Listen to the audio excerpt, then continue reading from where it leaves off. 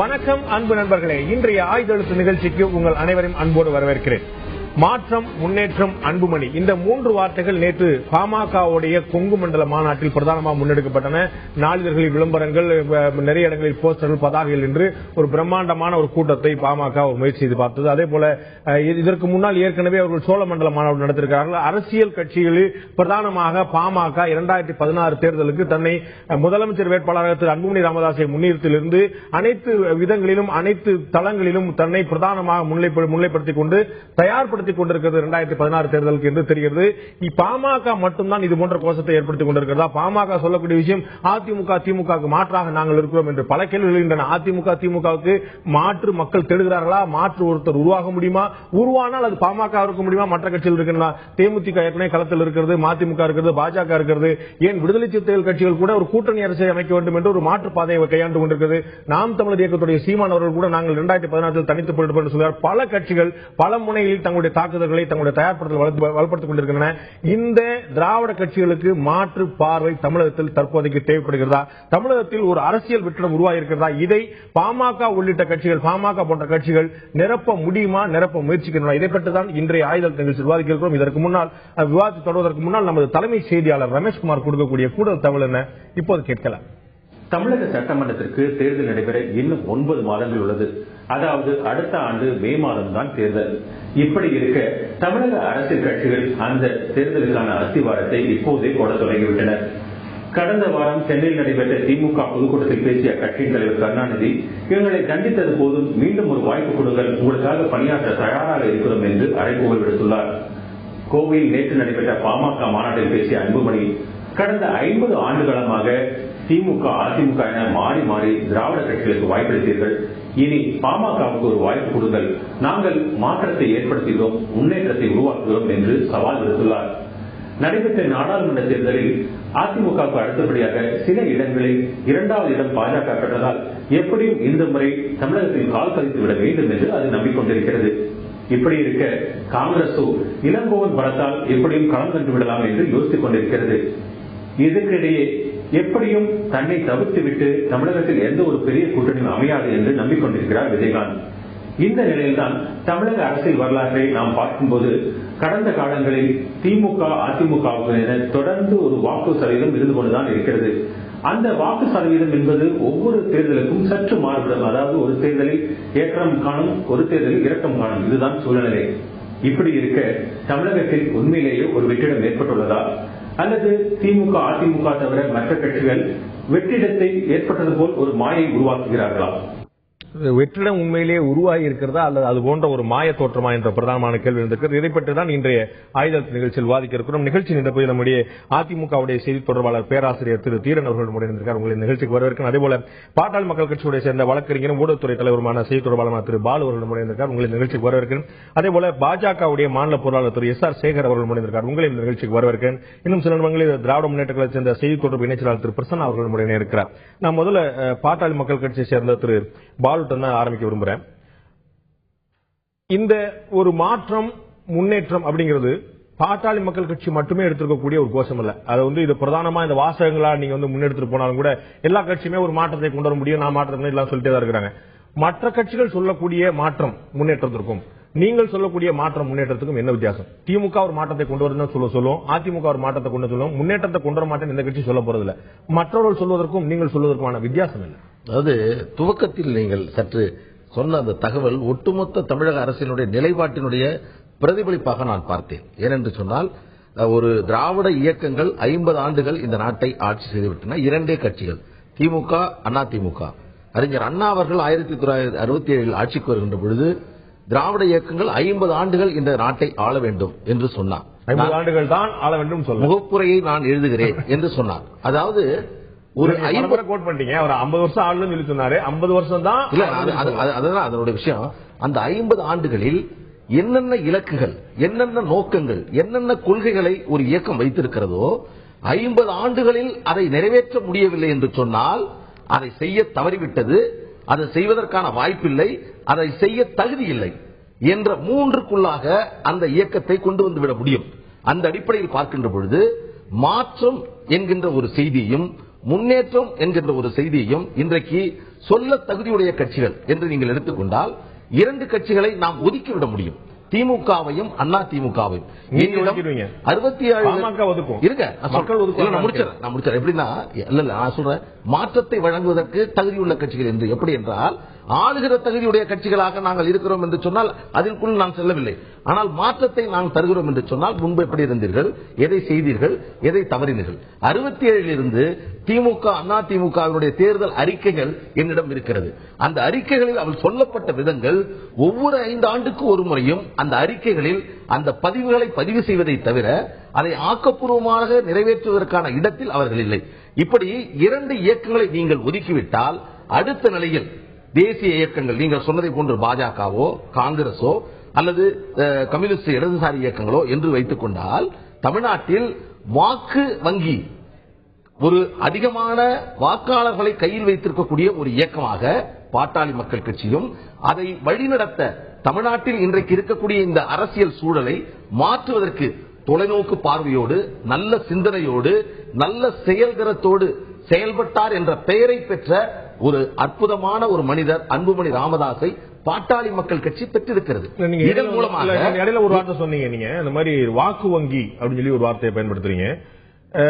உங்க கட்சிக்கு வாக்கு வங்கி இருக்கலாம், உங்களோட அதிகமா காங்கிரஸுக்கு இருக்குமா, குறைவா பாஜக இருக்குமா அப்படிங்கறத தாண்டி உங்களுக்கு குவிந்து ஒரு இடத்தில் குவிந்து கிடக்கக்கூடிய வாக்கு, அவர்களுக்கு தமிழகம் முழுவதும் பரவி கிடக்கக்கூடிய வாக்கு, இரண்டையும் ஒரு மாநிலத்தை ஆள்வது என்றும் ஒரு மாநிலத்தில் ஆளுங்கட்சியாக ஆவது என்று சொல்லும் போது எனக்கு 60 தொகுதியில் 50,000 வாக்கு இருக்கு அப்படின்னு சொல்றதுக்கும் 200 தொகுதியில் 10,000 வாக்கு இருக்கு வித்தியாசம் இருக்குமா இல்லையா?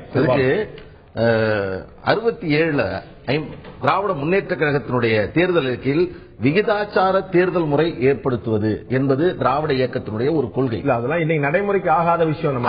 அந்த அடிப்படையில் நீங்கள் வைத்துக் கொண்டால் நீங்கள் சொல்லக்கூடிய கணக்குகள் என்பது ஏற்புடையதாக இருக்கும். ஆனால் தமிழ்நாட்டில் வாக்கு சதவிகிதத்தின் அடிப்படையில் ஒரு வெற்றியை நிர்ணயித்து விட முடியுமா என்று சொன்னால் அது தோல்வியில் அமையும் முடியாது என்பதற்கு தான் டெல்லி ஒரு உதாரணம். நாங்கள் கெஜ்ரிவால் அல்ல நாங்கள் என்று சொல்வது அல்ல, ஆனால் ஒரு உதாரணத்துக்கு முன்னிறுத்துகிறோம். எந்த வாக்கு மொமெண்டம் ஒன்னு கிரியேட் ஆயிருக்கான்னு பார்க்கணும். நம்ம நீங்க சொன்னீங்க அடிப்படையில் ஒரு விஷயம் நீங்க சொன்னீங்க, அதிமுக திமுக 2 கட்சிகளுமே அந்த தகுதியை இழந்து விட்டன, மாற்றத்தை கொண்டு வர. நான் ஒரு விஷயத்தை உங்கள்கிட்ட குறிப்பிட்டு காட்ட விரும்புறேன். இந்த தேர்தலில் 2 அரசியல் அணிகள் மோதுகின்றன அப்படின்னு சொல்லிட்டு திமுக தலைமையிலான ஜனநாயக முற்போக்கு கூட்டணி மாநில வளர்ச்சிக்கான சாதனைகளை நிகழ்த்தி காட்டி சரித்திரம் படைத்த கூட்டணி, கருவில் இருக்கும் குழந்தைகள் நலன் முதல் முதியவர்கள் நலன்கள் வரை சிந்தித்து அதற்கான திட்டங்களை வாக்குறுதிகளாக அறிவித்து சாதனைகளின் நிகழ்த்தி காட்டிய சாதனைக்காக வாக்களியுங்கள் என்று ஏப்ரல் மாதம் 12ஆம் தேதி 2011 ஒருவர் வாக்கு கேட்கிறார். அவர் யாருன்னு உங்களுக்கு தெரிஞ்சிருக்கும் நினைக்கிறேன். பாட்டாளி மக்கள் கட்சியுடைய நிறுவனர் டாக்டர் ராமதாஸ் அவர்கள். சாதனை கூட்டணி என்று சொல்லி கருவில் இருக்கக்கூடிய குழந்தை முதல் கடைசி நிமிடம் இருக்கக்கூடிய மனிதன் வரை அத்தனை பேருக்குமான சாதனையை நிகழ்த்தி காட்டிய கூட்டணி என்று அவர் பேசியிருக்கார். அப்ப அது பொய்யா? நிச்சயமா திமுக ஆதரவாக அவர் பேசிய இந்த சாதனைகள் என்ற வார்த்தைகள் பொய்யா? கூட்டணி அமைப்பை பற்றி நான் கேட்கல. இது சாதனை இல்ல, நீங்க தெளிவா சொன்னீங்க. 2006 2011 கூட்டணி என்ற அடிப்படையில் திராவிட முன்னேற்ற கழகத்தோடு பாமக அணி சேர்ந்த பொழுது கூட்டணி என்ற அளவில் பாமக செய்த தவறு. அதாவது ஆட்சி என்பது கூட்டணி என்ற அடிப்படையில் மீண்டும் அதை படிங்க, நீ இன்னொரு முறை படிங்க. கூட்டணி என்ற அடிப்படையில் இந்த சாதனைகளை நிகழ்த்திருக்கிறது என்று சொன்னால் எங்களுக்கு இருக்கக்கூடிய தகுதியின் அடிப்படையில், எங்களுக்கு இருக்கக்கூடிய அதிகாரத்தின் அடிப்படையில் பாட்டாளி மக்கள் கட்சி நிறைவாக பணியாற்றி இருக்கிறது என்பதை ஒரு தேர்தலை நெருங்குகின்ற பொழுது சொல்லக்கூடிய செய்தி அது. அதே அடிப்படையில் 2006 இருந்து 2011 வரைக்கும் இல்லையா? ஆமா. அதாவது 2009 நீங்க என்ன சொல்லி கேட்டீங்க ஞாபகம் இருக்கா? சொல்லுங்க, நீங்க சொல்லுங்க. அதாவது 2009 பாராளுமன்ற தேர்தலில் இந்த கூட்டணியுடைய இந்த கூட்டணி வெற்றி கூட்டணி சொல்லி வாக்கு கேட்டீங்களா? நான் சொல்றேன். 2011 தேர்தல் முடிஞ்ச பிறகு நீங்க சொல்றீங்க அந்த கூட்டணி நாங்க எல்லாம் சேர்ந்து அமைச்ச கூட்டணி, நாங்க இவ்வளவு சிறப்பா செயல்பட்டு சொல்லி சொன்ன சொன்னீங்க. 2009 என்ன பண்ணீங்க? அதாவது 2009க்கு முன்பாகவே நாங்கள் முடிவெடுத்தோம் திமுக அண்ணா திமுகவோடு அணி சேரக்கூடாது என்று, கூட்டணியே கூடாது என்று முடிவெடுத்தோம். அதையும் தாண்டி மாறி மாறி கூட்டணி பத்தி நான் பேச தயாரில்ல. நீங்க பல முறை சொல்லிட்டீங்க, அது முடிந்து போன கதை, நான் மீண்டும் எடுக்க தயாரில்ல. நான் கேட்கறது பாட்டாளி மக்கள் கட்சி நிறுவனர், மாற்றம் முன்னேற்றம் அன்புமணி அப்படின்னு 3 முக்கியமான கோஷங்களை முன்னெடுக்கக்கூடிய தலைவர், அவரை நான் நம்பி வாக்களிக்கணும். அப்படின்னு உங்களுடைய வார்த்தைகள்ல வீரியம், உங்களுடைய வார்த்தைகள்ல உறுதி, அது வேணும் எனக்கு. அவர் சொல்றார், நாங்க பண்ண சாதனைகளுக்காக எங்களுக்கு வாக்களிங்க. திமுக சாதனை செய்திருக்கும் என்று பாட்டாளி மக்கள் நிறுவனர் டாக்டர் ராமதாஸ் சொல்வார். ஆனால் திமுக அதிமுக அல்லாத ஆட்சி வந்து இப்ப எப்படி பேசுறாங்க? ஒரு நிமிஷம். தமிழ்நாட்டில் கூட்டணி என்ற அடிப்படையில் பாட்டாளி மக்கள் கட்சி பங்கு வகித்து ஒருவரை ஆட்சி கட்டிலில் அமர்த்தக்கூடிய இடத்தில் பாட்டாளி மக்கள் கட்சியை தவிர வேறு யாரும் இல்லை. அந்த அடிப்படையில் பார்க்கின்ற பொழுது பாட்டாளி மக்கள் கட்சி கூட்டணி என்றால்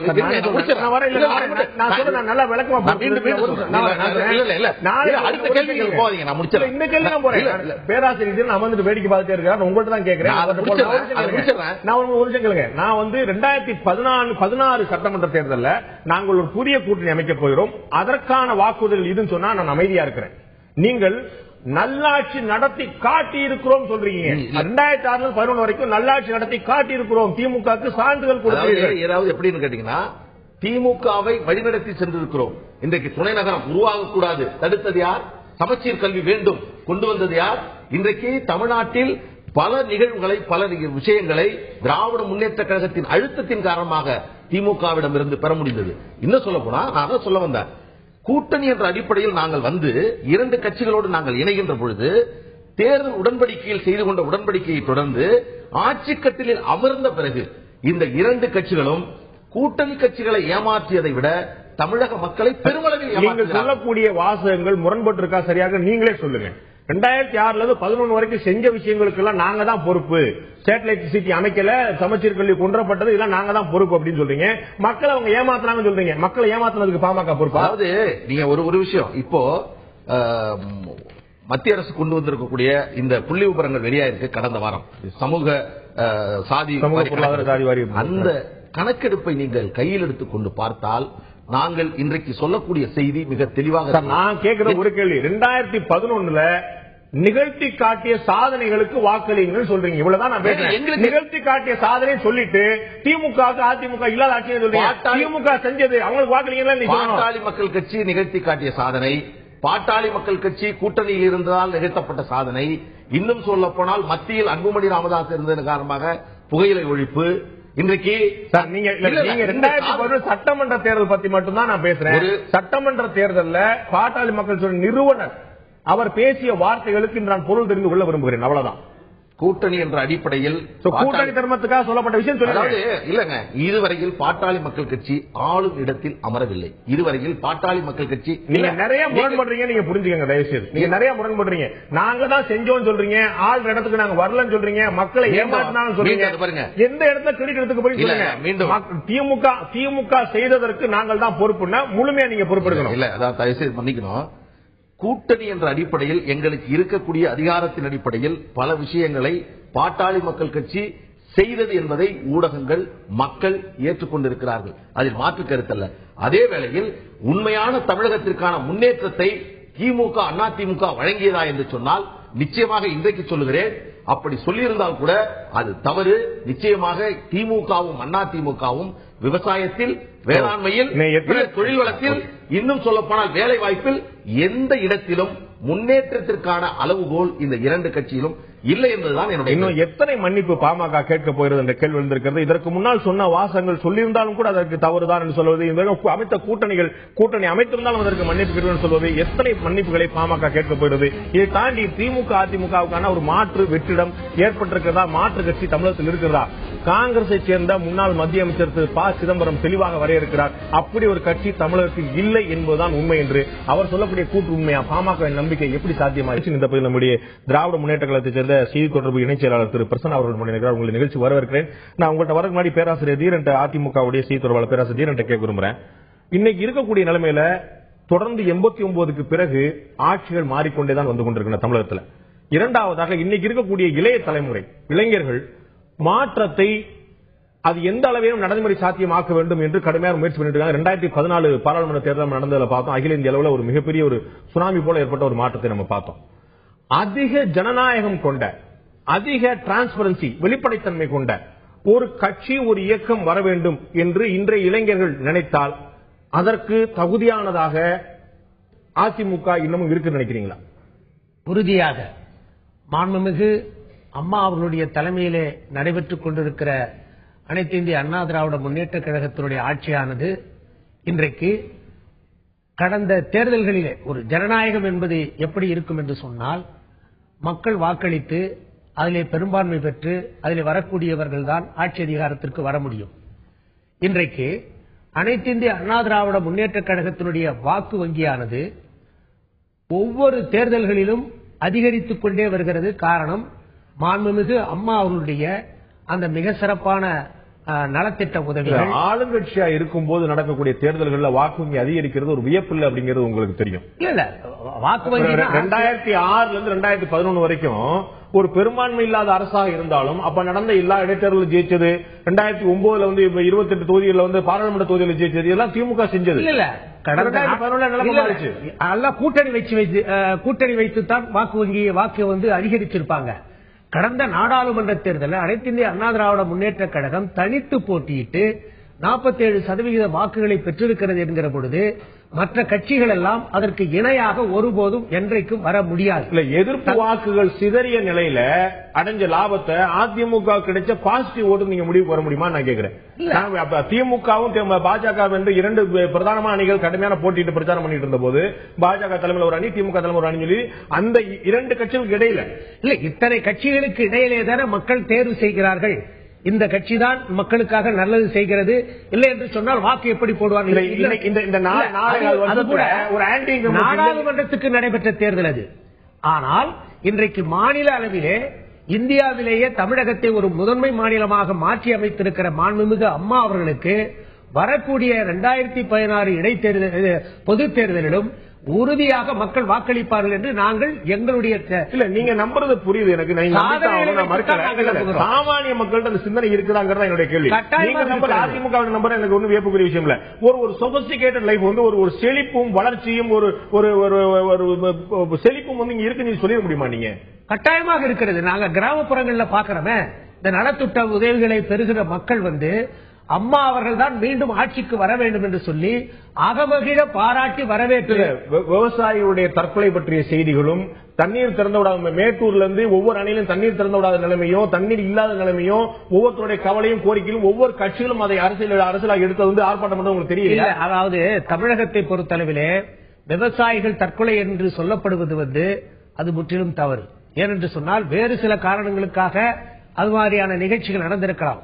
தமிழகத்தை பொறுத்தளவிலே நீங்கள் மராட்டிய மாநிலத்திலே விதர்பா போன்ற பகுதிகளிலே வேண்டுமானால் நீங்கள் சொல்லலாம், அப்படிப்பட்ட விவசாயிகள் தற்கொலைகள் ஏராளமாக நடைபெற்றிருக்கிறது. தமிழகத்தை பொறுத்தவரை அப்படி இல்லை. அது மட்டுமல்ல, இன்றைக்கு தமிழகமானது அந்த விவசாய வேளாண் உற்பத்தியிலே 122 லட்சம் மெட்ரிக் டன்னுக்கு மேலே உற்பத்தி செய்து இந்தியாவிலேயே ஒரு முதன்மையான மாநிலம் என்று மத்திய அரசாங்கத்தினுடைய விருதுகளை பெற்றிருக்கிற ஒரு மாநிலமாக இருக்கிறது. ஆக இங்கு விவசாயிகள் வந்து தற்கொலை செய்து கொள்கிறார்கள் என்பதற்கு வாய்ப்பில்லை. காரணம் என்னவென்று சொன்னால், கிராமப்புற பொருளாதாரத்தை மேம்படுத்துவதற்காக, அவர்களிடம் இருக்கக்கூடிய வருவாய் குறைவை ஈடுகட்டுவதற்காக அம்மா தரக்கூடிய அந்த விலையில்லா மிக்சி கிரைண்டர் முதற்கொண்டு விலையில்லா ஆடுகள், கறவை பசுக்கள், அவர்களுக்கு விலையில்லா 20 கிலோ அரிசி.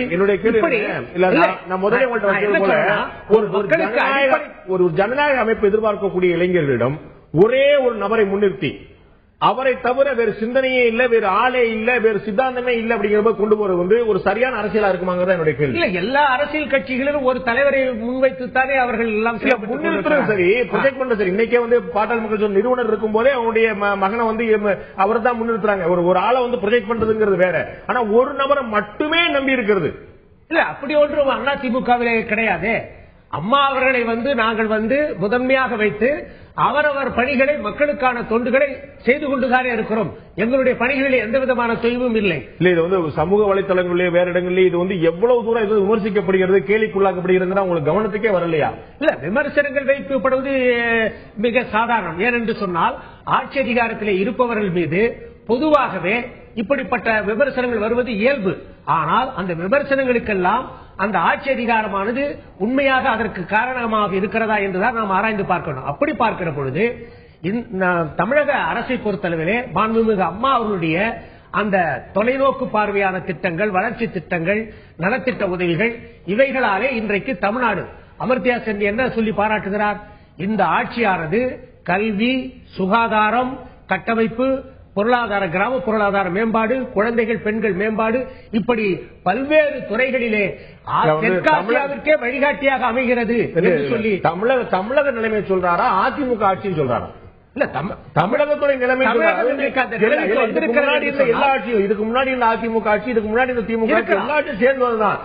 நீங்க சொல்ற போல அம்மா ஆட்சி வந்து தெற்காசியாவுக்கே முன்னாள் திகழ்ந்து சொல்லலாம். அமர்த்தியாசன் அப்படி சொல்லல. இல்ல, தமிழகத்துடைய நிலைமை இங்க இருக்கக்கூடிய பொது விநியோக திட்டம், இங்க இருக்கக்கூடிய உணவு திட்டங்கள், இது போன்ற விஷயங்கள் வந்து இலவசங்கள் வழங்குறதோ மலிவுகள் வழங்கப்படுறதோ இது எல்லாம் சாமானிய சென்றடையக்கூடியதா இருக்குன்னு சொல்லிட்டு ஒட்டுமொத்தமா சொல்லாதே தவிர தமிழக முதலமைச்சராக இருக்கக்கூடிய ஜெயலலிதாவுடைய 15 தமிழக முதலமைச்சர் சொல்லாவிட்டாலும் கூட இந்த ஆட்சியிலே நடைபெறுகிற திட்டங்களை வைத்துத்தான் சொல்லுகிறார்.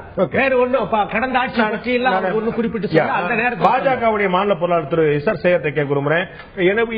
இந்த போட்டியில நாங்கள் வந்து 2016 மாற்றத்தை அமைப்போம் படிக்கிற போட்டியில பாஜக இருக்கிறதா? பாஜக இருந்தா உங்க கூட தேமுதிக இருக்கிறதா? தேமுதிக திராவிட கட்சிகள் பட்டியல வருமா? திராவிட கட்சிகள் பட்டியல வரும்னா 2016 பொது தேர்தலில் வந்து நீங்க தலைமை ஏற்பீங்களா, அவங்க தலைமை ஏற்பாங்களா? திரு சேகர். அதாவது 2016 மே மாதம் கேட்கப்பட வேண்டிய கேள்வி எல்லாத்தையும் வந்து ரொம்ப ஆர்வத்தினுடைய காரணமாக பாண்டே இப்பயே கேட்டுட்டாரு. அதுக்கெல்லாம் பதில்கள் வந்து விரைவில் இல்ல பதில் இருக்கு. ரொம்ப சிம்பிள். நீங்க வந்து இதே மாதிரி கேள்விகளை மற்ற எந்த கட்சிகள்ட்டையும் கேட்க முடியாது. கேட்டாலும் அவங்கள்ட்ட பதில் வராது. எங்கள்கிட்ட ரொம்ப கிளியரா இருக்கு. அதிமுக உங்க முன்னாடி தான் கேட்டேன், நீங்க கேட்டே இருப்பீங்க. நான் பதில் சொல்றேன். அதாவது 2016 தேர்தலில் பாரதிய ஜனதா கட்சி இப்போது தேசிய ஜனநாயக கூட்டணி இருக்கிறது. இந்த தேசிய ஜனநாயக கூட்டணி இந்த தேர்தலை சந்திக்கும். பாரதிய ஜனதா கட்சி இன்றைக்கு தலைமை தாங்கி கொண்டிருக்கிறது. அதனுடைய அணியில மற்ற தேசிய ஜனநாயக கூட்டணி இருக்கிறது. இந்த சூழ்நிலையில நீங்க வந்து வெற்றிடம் வந்திருக்கிறதா, வெற்றிடம் வருமா, வெற்றிடம் வருவதை வந்து பாரதிய ஜனதா கட்சி நிரப்புமா என்கின்ற கேள்வியெல்லாம் கேட்டீர்கள்.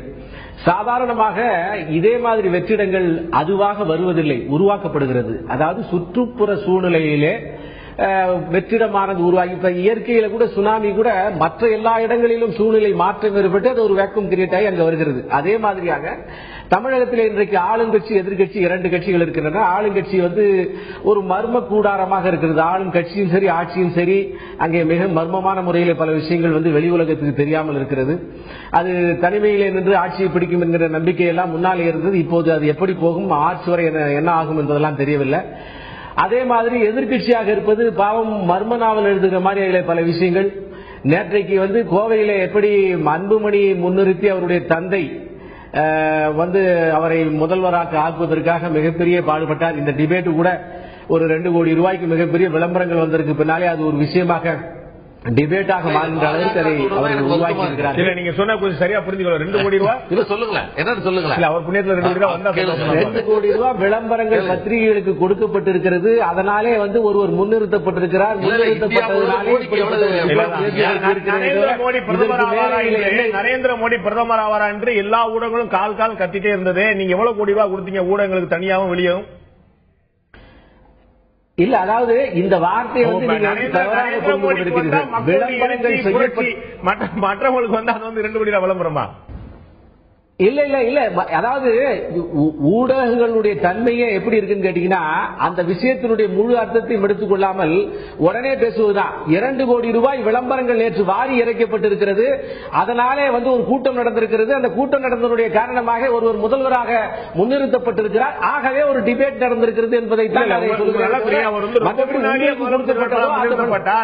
அவர் சந்திக்கக்கூடிய 2வது மாநாடு அவருடைய அடிப்படையில் அவங்க கட்சி அடிப்படையில் ஏற்கனவே சோழமண்டல மாநாடு நடத்தினாங்க. இப்ப கொங்கு மண்டலம் மாநாடு நடத்துறாங்க. அதுக்கப்புறம் நிர்வாகி கூட்டம் நடத்திருக்காங்க.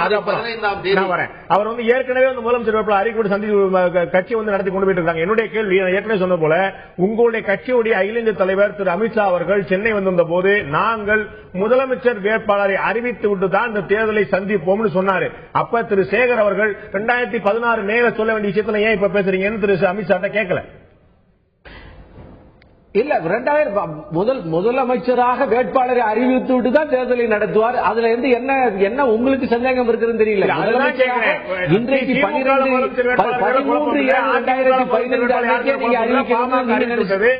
தேசிய ஜனநாயக கூட்டணி நீங்க சொல்றீங்களே, அதுல எங்களுடைய தலைமையில் அவங்க இருக்க மத்தவங்களா இருக்காங்க சொல்லி சொல்றீங்களே. திரு விஜயகாந்த் அவர்கள் நாம 2014 பொதுத் தேர்தல் போது நாமக்கல்ல சொல்றார், இது வந்து பாராளுமன்ற தேர்தல், அதனால பாஜக தலைமையில் நடக்குது, சட்டமன்ற தேர்தல் வரும்போது நம்ம தலைமையில் நடக்கும், இப்படிதான் அண்டர்ஸ்டாண்டிங் சொல்லிட்டு திரு விஜயகாந்த் அவர்கள் சொல்றார். நீங்க சொல்றீங்க எங்க தலைமையில மத்தவங்களா இருக்காங்க சொல்லிட்டு. இங்கதான் உங்களுக்கு அந்த தெளிவு இருக்கிறதா, மக்கள்கிட்ட இந்த தெளிவா உங்களுடைய கொள்கையை முன்னிறுத்தி வைக்கிறீங்களா அப்படின்னு கேள்வி வருது. இல்ல, அதாவது பாரதிய ஜனதா கட்சியினுடைய தலைமையில் தான் தேசிய ஜனநாயக கூட்டணி இருக்கிறது. தமிழகத்திலே பாரதிய ஜனதா கட்சி தேசிய ஜனநாயக கூட்டணிக்கு தலைமை தாங்குகின்ற அளவில் அன்றைக்கு விஜயகாந்த் அவர்களை முன்னிறுத்தினோம், பாராளுமன்ற தேர்தலில் முன்னிறுத்தினோம். அது ஊடகங்களுக்கு தெரியும், அத்தனை பேருக்கு தெரியும். சட்டமன்ற தேர்தலில் யார் தலைமை தாங்க போகிறார் என்ற விஷயங்கள் எல்லாம் போக போக தெரியும். அது ஒரு விவாத பொருளே அல்ல.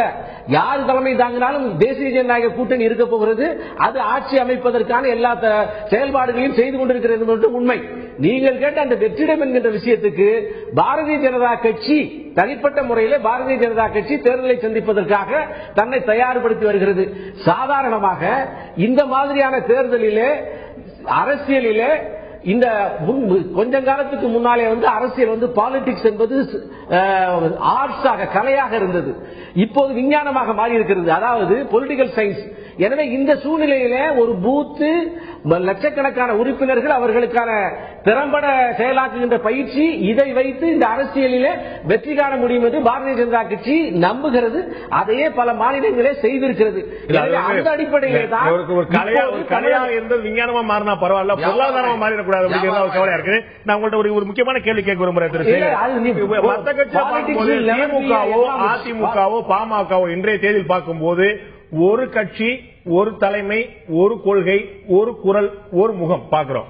பாஜகவில் மட்டுமே, நாம தேசிய ஜனநாயக கூட்டணி விட்டுருங்க, பாஜக மட்டுமே அப்படி பார்க்க முடியுமா? சுப்பிரமணிய சாமி ஒன்று சொல்வார், இலகணேசன் ஒன்று சொல்வார், பொன்ராதாகிருஷ்ணன் ஒன்று சொல்வார், தமிழிசை ஒன்று சொல்லுவாங்க. இதுல யார் பக்கம் ஆதரிக்கணும் உங்களுக்கு எல்லாம் ஒரு குழப்பம் இருக்கும். விடுதலை புலிகள் விவகாரத்திலிருந்து மீனவர் விவகாரத்திலிருந்து ஒவ்வொரு முறையும் ஒவ்வொரு நிலைமையில மாறி மாறி ஒரு பல்வேறுபட்ட குரல்கள் பாஜக இருப்பதை மக்கள் பார்த்துக் கொண்டே இருக்கிறார்கள். அதாவது ஜனநாயகத்தினுடைய மாண்பு என்பது அவரவர்கள் கருத்தை சொல்லுவதுதான். அந்த ஜனநாயகத்தினுடைய மாண்பை மீறிய விஷயம், ஜனநாயகத்தினுடைய மாண்பினுடைய உச்சகட்டமே கடைசியாக கட்சியினுடைய தலைவன் சொல்லுகின்றதுதான். அந்த வகையில யார் என்ன கருத்து சொன்னாலும் அந்த கருத்தினுடைய இறுதி வடிவமாக பாரதிய ஜனதா கட்சியினுடைய அகில இந்திய தலைமை சொல்வதை தான் மற்றவர்கள் கேட்கிறார்கள், கேட்பார்கள், கேட்க வேண்டும், கேட்டுக் கொண்டிருக்கிறார்கள். மாற்று கருத்துல நீங்க ஆளுக்கு ஒன்று சொன்னா மக்கள் எதை போய் கேட்பாங்க அப்படிங்கிற கேள்வி திரு பிரசனாட்ட கேட்க விரும்புறேன். பாட்டாளி மக்கள் கட்சி 2016 என்ன செய்ய போகிறது என்பது ஒரு பக்கம் இருக்கட்டும், 2014 தெரியக்கூடிய விஷயம் அது. ஆனால் அவர்களுக்கு இருக்கக்கூடிய ஒரு அரசியல் துணிவு, நான் ஒரு முதலமைச்சர் வேட்பாளரை முன்னிறுத்துறேன், நான் இப்படி கொள்கையை சொல்வேன், இந்த ரெண்டு கட்சிகளை கூட்டணி நிக்க மாட்டேன், என்ன ஆதரிங்கன்னு சொல்லிட்டு ஒரு நேரடியாக நிக்கக்கூடிய விஷயம். இது திமுக விட்ட அப்படியே பிரதிபலிக்கிறதா? திமுக கூட்டணி கட்சிகள் யார் யாரெல்லாம் வரும், கூட்டணி கட்சிகளை எப்படி வலுப்படுத்துவது, எப்படி வியூகம் அமைப்பது என்று தன்னை நம்பாமல் பிறரை நம்பக்கூடிய நிலைமையில திமுக இருக்குதா? அற்புதமான கேள்வி கேட்டிருக்கீங்க. திராவிட முன்னேற்ற கழகம் என்றைக்கும் மக்களையும் அதன் தொண்டர்களையும், திராவிட முன்னேற்ற கழகத்தின் தொண்டன் என்று வருகிற போதே அவன் செத்தாலும் அவன் திமுகவின் தொண்டன் என்று எழுதி கொடுத்து விட்டு தான் திமுகவிலே சேருகிற அந்த மனப்பக்குவம் இன்றளவும் இருக்கிறது. ஆக எங்களுடைய இயக்கம் கூட்டணி என்பது அன்றன்றைய அரசியல் நிகழ்வுகளுக்கு, அன்றன்றைய அரசியலுடைய தேர்தல்களை சந்திப்பதற்கான முன் எடுப்புகள் தானே தவிர இந்த கூட்டணி கட்சிகளை நம்பித்தான் ஒரு இயக்கம் வளருகிறது என்று சொன்னோமேயானால் நம்முடைய கால மாற்றங்களை நாம் பார்க்க வேண்டும்.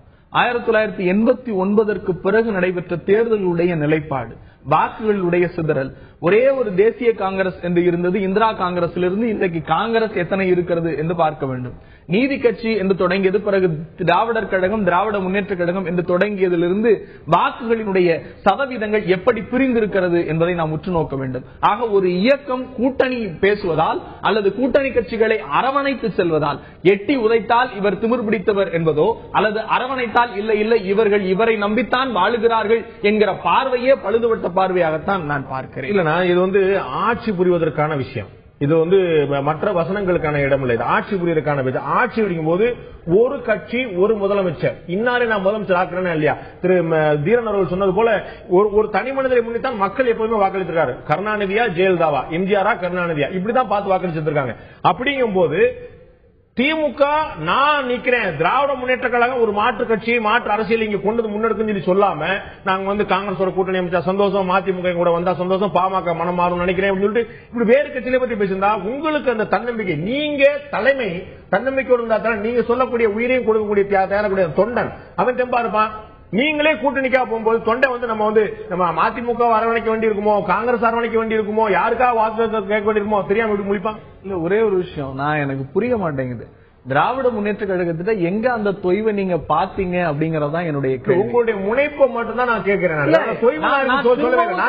திமுக தமிழ்நாட்டில் இருக்கக்கூடிய மற்ற எந்த கட்சியோட திமுக தான் கூட்டணி பற்றி அதிகம் பேசுகிறது. அதிமுக இருக்கிற கூட்டணி கழட்டி விட்டுட்டு இருக்கு. நீங்களே சொன்னீங்க ஒரு விஷயம், நீங்க அதிமுகன்னு சொன்னீங்க இல்லையா, அம்மையார் ஜெயலலிதா அவர்கள் 2வது முறை முதலமைச்சரானது 10 கட்சிகள், படியே இல்லாத கட்சிகளுக்கு எல்லாம் ஏறி இறங்கினார். அது ஒரு வரலாறு. திராவிட முன்னேற்ற கழகத்தில் கூட்டணி கட்சிகளை மதிக்கிற பாங்கு இருக்கிறது. கூட்டணி கட்சி தலைவர்களோடு பேசுவதை, கூட்டணி கட்சி தலைவர் நான் ஒண்ணு இல்லை, எங்கள் வீட்டு திருமணத்திற்கு நாங்கள் கூட்டணி கட்சி தலைவர்களை அழைத்தால் ஊடகங்களுடைய முனைப்பு என்னவென்றால் இது கூட்டணிக்கான திருமணம்.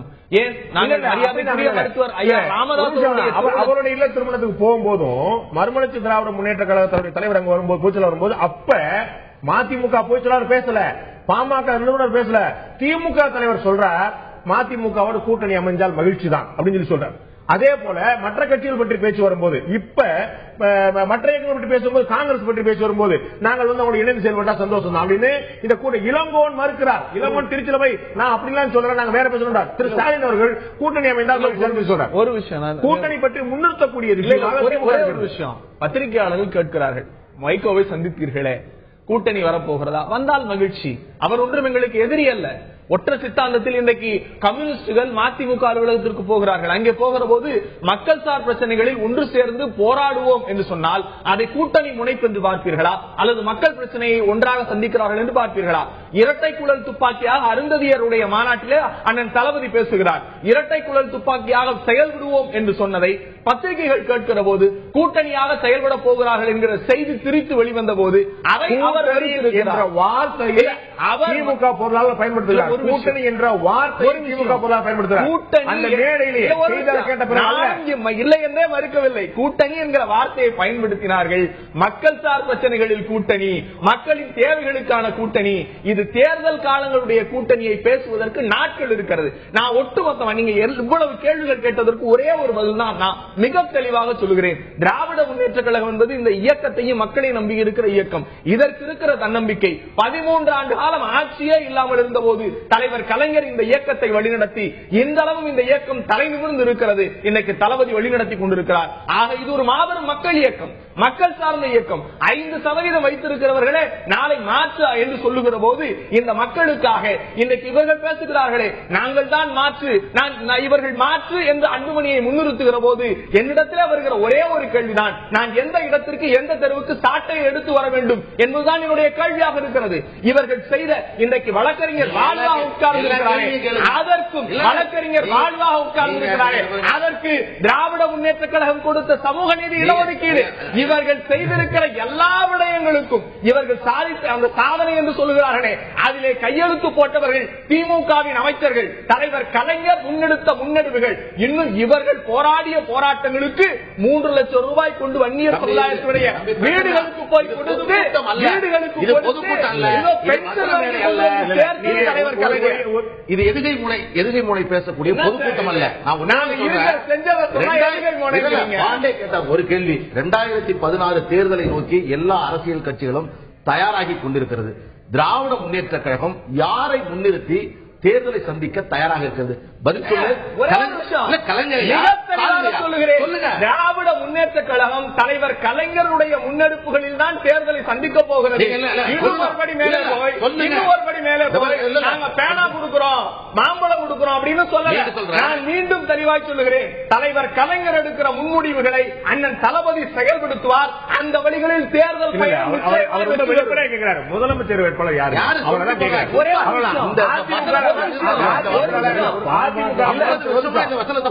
அதிமுக முதலமைச்சர் வேட்பாளர் யாருன்னு யாருமே கேட்கல. முதலமைச்சர் வேட்பாளர் யாருமே கேட்கல. பாமக முதலமைச்சர் வேட்பாளர் யாருமே கேட்கல. எல்லாம் தெளிவா இருக்குது. இவங்க அங்க டாக்டர் ராமதாஸ் ஆக்டிவ் பாலிடிக்ஸ் பண்ணிட்டு இருந்தாலும் முதலமைச்சர் வேட்பாளர் கிளியரா இருக்காங்க. அத மாதிரி திமுக தெளிவான பார்வை, இவர் இவர் முதலமைச்சர் வேட்பாளர் 2016 பொதுத் தேர்தலில் இவர் முன்னிட்டு சந்திக்க சொல்லி சொல்ல மாட்டாங்க. நாங்கள் பல முந்திரி கொட்டைகளை போல பதில் சொல்கிறவர்கள் அல்ல. மிக தெளிவாக அந்த வார்த்தை கொஞ்சம் மறந்துமீறிய வார்த்தையாக இருந்தால் கூட நான் பின்னெடுத்துக் கொள்கிறேன். நானோ என் குடும்பத்தை சார்ந்தவர்களோ பதவிக்கு வந்தால் என்னை இழுத்து வந்து என் குடும்பத்தாரை நடுத்தருவில் நிறுத்தி சாட்டை அந்த அன்புமணி என்று நிறுத்தப்படுகிற அந்த வார்த்தை ராஜ்யசபா ஒரு விஷயம். அதுதான் அரசியல் முன்முடிவு. அரசியல் முன்முடிவு, தேர்தல் முன்முடிவு. முதலமைச்சர் முதலமைச்சர்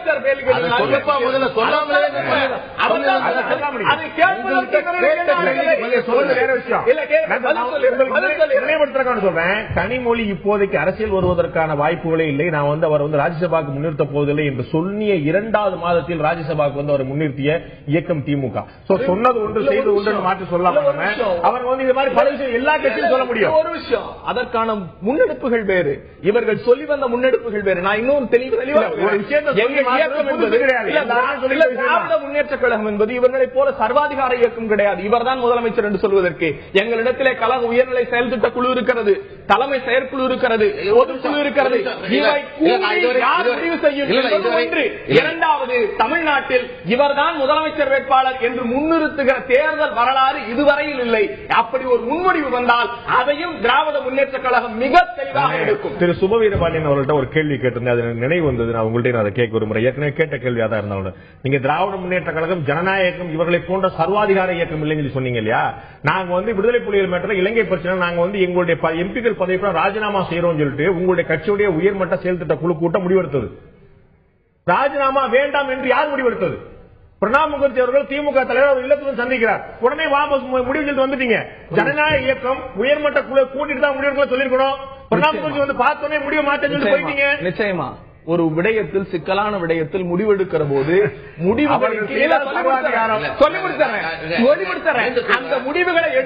அந்த முடிவுகளை எடுப்பதற்கான கடைசி வரி இது குறித்து மாற்றங்களை எடுப்பதற்கு தலைவர் கலைஞருக்கு ஜனநாயக ரீதியில் உரிமை வழங்குகிறோம் என்று சேர்த்துத்தான் அதிலே அந்த தீர்மானம் போடப்பட்டது.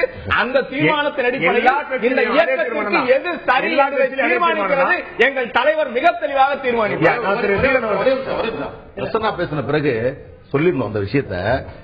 விசிலடித்தான் குஞ்சுகள் என்று சொன்னது திராவிட இயக்கத்தை காங்கிரஸ் இயக்கம்.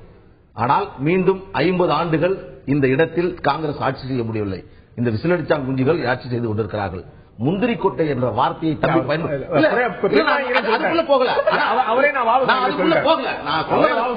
செய்தி பாட்டாளி மக்கள் கட்சி இந்த தேர்தலை சந்திக்கின்ற பொழுது யார் உன்னுடைய எதிரி என்று எங்களுக்குள்ளாகவே நாங்கள் கேள்வி கேட்கின்ற பொழுது எங்களுடைய எதிரியை நாங்கள் அடையாளம் செய்து கொள்ள. என்னுடைய கேள்வி இடைவெளிக்கு முன்னாடி சொன்னது போல மக்கள் செல்வாக்கு நான் பார்க்க நான் வந்து ஆட்சி அமைக்கிறேன் முதலமைச்சராக எல்லாரும் சொல்லலாம். ஆனா மக்கள் செல்வாக்கு எப்படி இருக்கு? 2014 பொது தேர்தலில் ஒரு வலுவான மாற்றம் என்று சொல்லப்படக்கூடிய தேமுதிக, பாஜக, பாமக எல்லாரும் சேர்ந்து போட்டிட்ட போது, மதிமுக எல்லா கட்சியும் இவ்வளவு பெரிய வலுவான போட்டிட்ட போது நீங்க 8 இடத்துல போட்டிட்டீங்க. 6 இடத்துல 3வது இடம், ஒரு இடத்துல 4வது இடம், ஒரு இடத்துல மட்டும் வென்றீங்க. இல்ல தமிழக அரசியல் தயவு செய்து நீங்க திரும்பி பாருங்க. 91 என்ன நடந்தது, 96 என்ன நடந்தது, அதிமுகவுடைய நிலைமை என்ன, திராவிட முன்னேற்ற கழகத்தினுடைய நிலைமை என்ன, தயவு செய்து புரிஞ்சுங்க.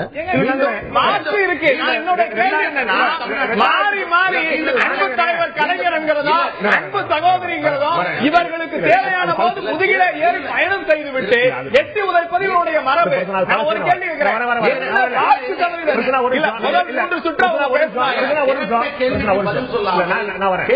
மிக தெளிவா பதில் சொல்லுங்க. 2011 3 எம்எல்ஏக்கள் கிடைக்கிறாங்க. 2009 ஒரு எம்பி கூட கிடைக்கல. 2014 6 இடத்துல 3வது இடம். இது தொடர் பின்னடைவா நீங்க பாக்குறீங்க? அதாவது இன்னைக்கு நான் சொல்றேன், தேர்தல் என்பது ஒரு ஆட்சிக்கு எதிரான எதிர் அலை என்பது அதற்கு ஒரு நிமிடம் போரும். இன்றைக்கு நாங்கள் சொல்லக்கூடிய செய்தி, இந்த 2 இயக்கங்களுக்கான மாற்று தமிழகத்தில் வேண்டும் என்று சொல்லக்கூடிய கருத்து முதலில் பாட்டாளி மக்கள் கட்சி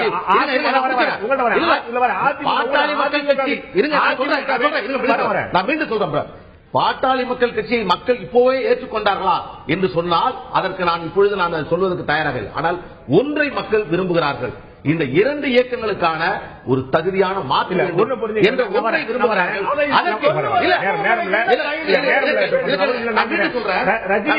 ரஜினி, கமல், எம்ஜிஆர், சிவாஜி, அஜித், விஜய் மாதிரி அதிமுக திமுக தான் பேச்சு.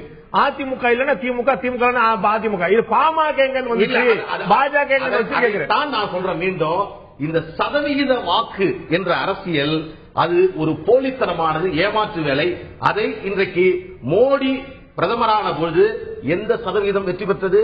இன்றைக்கு டெல்லியிலே ஆம் ஆத்மி வெற்றி பெற்ற போது எந்த சதவிகிதம்? எல்லாவற்றையும் கடந்து மக்கள் ஒருவரை நம்புகிறார்கள் என்று சொன்னால், அதனால்தான் சொல்றேன், பாட்டாளி மக்கள் கட்சி ஒரு நபரை முன்னிறுத்துகிறது. இவர் இதை செய்வார். தமிழகம் முழுக்க உங்களுக்கு கிளைகள், இயக்கங்கள், தொண்டர்கள், அதிமுகவோ திமுகவோ, சொல்லப்போனா அதிமுக தேமுதிக போன்ற கட்சிகள் கன்னியாகுமரி வரைக்கும் கொடி நட முடியும், கிளை பரப்ப முடியும், போய் ஒரு கூட்டம் போட முடியும். பாமக அது போல செய்ய முடியும். அதாவது கூட்டணி அமைக்கக்கூடிய தகுதியும் ஆற்றலும் அந்த தந்திரமும் எங்களுக்கு மட்டும்தான் இருக்குது என்று திமுகவும் அண்ணா திமுக நீங்களும் கூட்டணி நம்பி வாழ போகிறீர்கள். தயவுசெய்து கூட்டணி அமைத்து தேர்தலை சந்திக்க போகிறோம். ஓகே, நான் தீரன் கேட்க விரும்புறேன். இதுல அவங்க சொன்ன போல 2 வியூகங்கள் நம்ம பாக்குறோம். வேறு வேறுபட்ட கட்சிகள், வேறு வேறு முதலமைச்சர் வேட்பாளர் வேறு வேறு பிளவுபட்டிருந்தாலும் கூட இதுல இந்த குழம்பிய கோட்டையில மீன் பிடிக்கிறத தாண்டி என்னுடைய சாதனை, என்னுடைய பெருமை, என்னுடைய நிகழ்வு, என்னுடைய வெற்றி என்று சொல்லக்கூடிய நிலைமையில் அதிமுக இருக்கு நீங்க நினைக்கிறீங்களா? அதிமுகவுக்கு எந்த காலத்திலும் எந்த சூழ்நிலையிலும் மக்கள் ஆதரவு குறையவில்லை என்பதுதான் கடந்த கால வரலாறு. நான் அதை விட்டு விடுகிறேன். திமுக யாரு சொன்னாலும் கருணாநிதி இருக்கிறாரு, ஸ்டாலின் இருக்கிறாரு, அங்க ராமதாஸ் இருக்காரு, இங்க அன்புமணி இருக்காரு, பாஜக 4 தலைவர் சொல்ல முடியும். அதிமுக 2ஆம் கட்ட தலைவர் நீங்க 2 பேரும் சொல்ல முடியுமா? நம்பர் 2ல இருக்க யார் மாறுவா, யார் வருவாங்க தெரிய மாட்டேங்குது. தலைவர்ன்றது தேவையில்லை. முதற்கட்ட தலைவராக இருக்கிறவரே முழுமையாக எங்களை வழிநடத்தி கொண்டிருக்கிற பொழுது 2ஆம் கட்ட தலைவர்னு ஒண்ணு தேவையில்லை. நான் என்ன சொல்ல வரேன்னா, மாற்றுன்னு இவங்க சொல்றாங்க இல்லையா, நான் பாட்டாளி மக்கள் கட்சியினுடைய தலைவராக இருக்கும் பொழுது அந்த 96ல 8% வாக்குகளுக்கு மேல இருந்தது பாமகவுக்கு. ஆனா இன்னைக்கு பாத்தீங்கன்னாக்கா 4% கீழே போயிடுச்சு. வாக்கு வங்கியில அவங்க சரிஞ்சிட்டாங்க. அதோட மட்டும் இல்ல, ஜெயலலிதா ஒரு தேர்தல் தோத்தாங்க, அவங்களே தோத்தாங்க. தோற்பதை மட்டும் வைத்து பேசவில்லை, வாக்கு சதவிகிதம்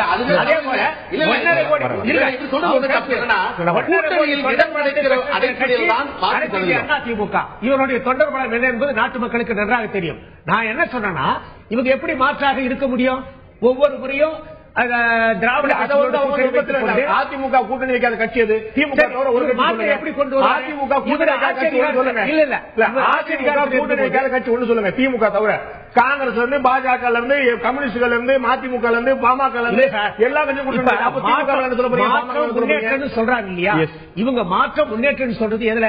5 ஆண்டுகள் மத்திய சுகாதார அவர்கள் மதுவிலக்கு கொண்டு வருவது சத்தியம் பண்ணி சொல்றாங்க. முடியுதா? தயவு செஞ்சு என்ன சொல்ல விடுங்க. ஒண்ணு தப்பு. 8% வாக்குகளை வாங்கும் பொழுது பாட்டாளி மக்கள் கட்சி தனித்து நின்றது. அதற்கு பிறகு கூட்டணி அமைத்து கிடைத்த இடத்தின் அடிப்படையில் வந்ததுதான் சதவீதம். அதுதான் குறைவு. அது அடிப்படையில் பார்க்கும் பொழுது பாட்டாளி மக்கள் கட்சியோட வாக்கு எந்த விதத்திலும் குறையவே இல்லை. அண்ணா திமுகவிற்கு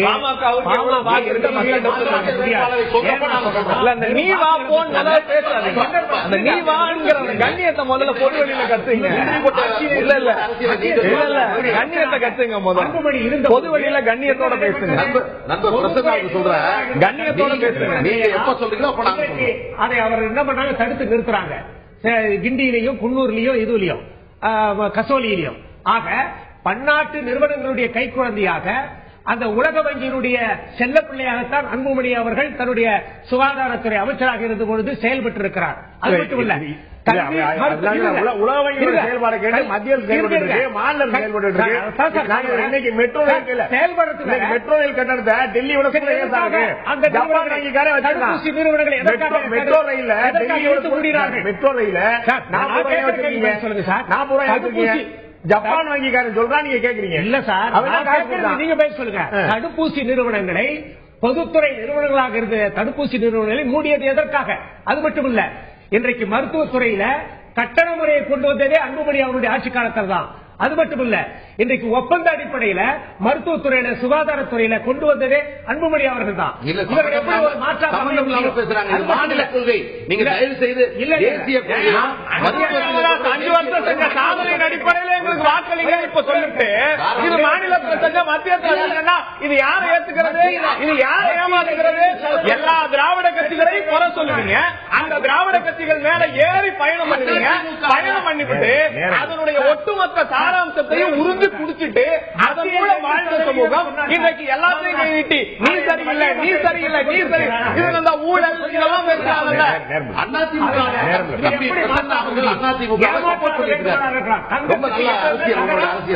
முடியாது. அதுபோல அனைத்து இந்திய அண்ணா திராவிட முன்னேற்ற கழகத்திற்கு பிற கட்சியில் ஈடாக முடியாது. உண்மை. நான் இறுதியான கருத்தை சேகத்தை கேட்க விரும்புறேன். தமிழகத்தில் திராவிட கட்சிகள் நீங்க எவ்வளவு திட்டினாலும் அவர்கள் இருக்கக்கூடிய ஆழமான வேர் வந்து தேசிய கட்சிகளுக்கு சாத்தியமில்லாத விஷயமா இருக்கிறது. காங்கிரஸ் கூட இன்னமும் கூட்டணிக்கான வாய்ப்பு தான் தேடிக்கொண்டிருக்கிறது. பாஜக தனித்து போட்டியிடப்பட்டு சிந்திக்க முடியாது என்று சாமானிய மக்கள் சொல்வார்கள். உங்களுடைய பார்வையில் தேசிய கட்சிகளுக்கான களம் இடம் இங்க இருக்கிறதா? நீங்கள் மாற்றாக செயல்பட முடியுமா? சுருக்கமாக திரு சேகர். இல்ல, மாற்றாக உறுதியாக செயல்பட முடியும். ஒரு மகனை முதல்வராக ஆக்கிவிடுவேன் என துடிக்கின்ற ஒரு தந்தை, மகன் எங்காவது மறுபடியும் தன்னோடு போட்டிக்கு வந்து விடுவானோ என்று பயப்படுகின்ற ஒரு தந்தை, இவற்றுக்கு மத்தியிலே வந்து ஒரு பங்கஜா முண்டே யாரு ரகசியமாக எடியூரப்பா பையன் யார் சார்? முதல்வருக்கு போட்டி போடவில்லை. ஆகவே இப்போது பாஜக கர்நாடகத்திலிருந்து எல்லா மினிஸ்டரும் அவங்களோட பிள்ளை எம்பி ஆக்குவீங்களா? இது என்ன சார்? இது தளபதியை எப்படி ஒப்பிட்டு பேசாதீர்கள். இந்த இயக்கம் இந்த இனத்திற்காக அடி நிச்சய கொடுமையில் அந்த சத்தையின் நெருப்பாற்றில நீண்டு வெளியே வந்தவர் தளபதி. பாமகவோட பாலு சொன்னா அது வசனம் இல்ல, நாங்கள் சொன்னா அது வசனமா? அந்த வசனம் பேசுகிற கட்சிகளோடு தான் இவங்க பயணம் பண்ணிட்டு இருந்தாங்க. ரொம்ப கண்ணியம். பொது வெளியில நீவா போட்டு பேசுறது இந்த கட்சி சொல்லி கொடுத்திருக்கு. அனுமதி இரண்டாவது முறை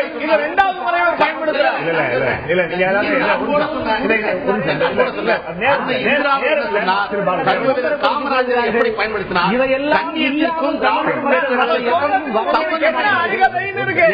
திமுகவிற்கு வருகிற போது அதிமுகவை கேவலமாக விமர்சிப்பதோ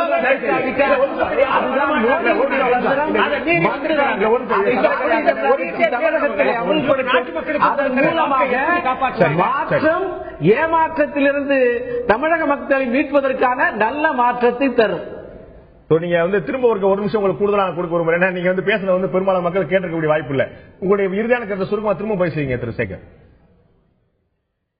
அதாவது வளர்ச்சி, முன்னேற்றம், மாற்றம் வேண்டும். அந்த மாற்றத்திற்காக மாற்றம், முன்னேற்றம் என்பதை பற்றி தான் இன்று தமிழகத்திலே நேற்றைக்கு விளம்பரங்கள் படுத்தப்பட்டிருக்கிறது. மாற்றம் தொடர்ந்து தமிழகத்திலே திமுக, திமுகவுக்கு பிறகு அண்ணா திமுக, அண்ணா திமுக, அதிலேயே மாற்றங்கள். இந்த மாற்றங்கள் தமிழகத்தை மாற்றவில்லை, ஏமாற்றத்தை தான் கொடுத்திருக்கிறது. ஆனால் மாற்றம் முன்னேற்றத்தை தர வேண்டும். அதுதான் மோடியினுடைய மந்திரம். அந்த மந்திரம் வளர்ச்சி, அதுதான் முன்னேற்றத்தை தரும். வளர்ச்சி, அதுதான் மாற்றத்தை தரும். அந்த மாற்றத்தை பாரதிய ஜனதா கட்சி மாற்றம் அப்படி தேவைப்படும், ஆனால் அதை பயன்படுத்திக் கொள்ளக்கூடிய இடத்துல பாஜக இருக்கிறதா என்பது ஒரு பிரதானமான கேள்வி. நிச்சயமாக மக்கள் இவற்றை எல்லாம் அமைதியாக வேடிக்கை பார்த்துக் கொண்டிருக்கிறார்கள். எல்லா கட்சியுமே நாங்கள் தான் மாற்று சக்தி என்று 2016 முதலமைச்சர் ஆகுவேன் என்று கிட்டத்தட்ட 2016 பேர் சொல்லிக் கொண்டிருக்கிறார்கள். யாரை மக்கள் முதலமைச்சர் ஆக்கப் போகிறார்கள், எந்த கட்சிக்கு தங்களுடைய வாக்கை அளிக்கப் போகிறார்கள், மக்கள் யார் பக்கம் நம்பி இருக்கிறார்கள், எந்த மாற்றத்தை விரும்புகிறார்கள், யார் ஏமாற்றுகிறார்கள் நினைக்கிறார்கள். மக்களுடைய முடிவு இதுவரை சரியாக இருந்து கொண்டிருக்கிறது. 2016 சரியாக இருக்கும் என்று எதிர்பார்ப்போம். தவறான முடிவு எடுத்தால் கூட அதை திருத்திக் கொள்ளக்கூடிய மனப்போக்கம் தமிழக மக்களுக்கு இருந்திருக்கிறது. 2016 என்ன முடிவு எடுக்க போறால் பொறுத்திருந்து பார்ப்போம். இந்த நிகழ்ச்சியில் கலந்து கொண்டு கருத்து விருந்தினர்கள் 4 பேருக்கு நன்றி. பார்த்த உங்களுக்கும் நன்றி நண்பர்களே.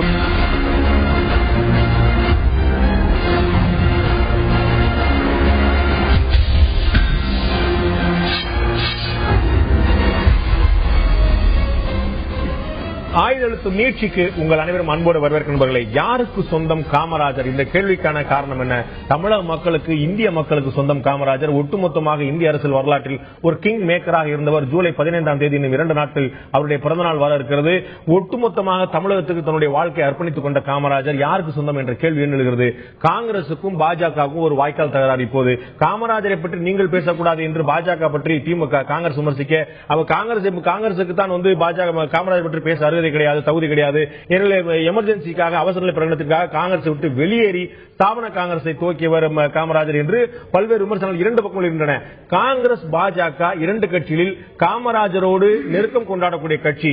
அந்த கட்சியில் இருந்தவர் என்பதனால் காங்கிரசுக்காகவா அல்லது அந்த கொள்கைகளை நாங்கள் தூக்கி பிடிக்கிறோம் என்று பாஜக சொல்கிறேன். அதனால யாருக்கு சொந்தம் காமராஜ்? இதை பற்றி தான் இன்றைய ஆயுதத்தை நீச்சல் விவாதிக்க இருக்கிறோம். நிகழ்ச்சி இந்த பதில் நம்முடைய அமெரிக்க நாராயணன் அவர்கள், காங்கிரஸ் கட்சியுடைய செய்தி தொடர்பாளர் அமெரிக்க நாராயணன் நம்முடைய இருந்திருக்கார். உங்களை நிகழ்ச்சிக்கு வரவேற்கிறேன். அதே போல பாஜகவுடைய மாநில பொருளாளர் திரு எஸ் ஆர் சேகர் அவர்கள் நம்மோடு தொடர்கிறார். உங்களை நிகழ்ச்சிக்கு வரவேற்கிறேன். நான் திரு அமெரிக்க நாராயணன் கேட்க தான் விரும்புறேன்.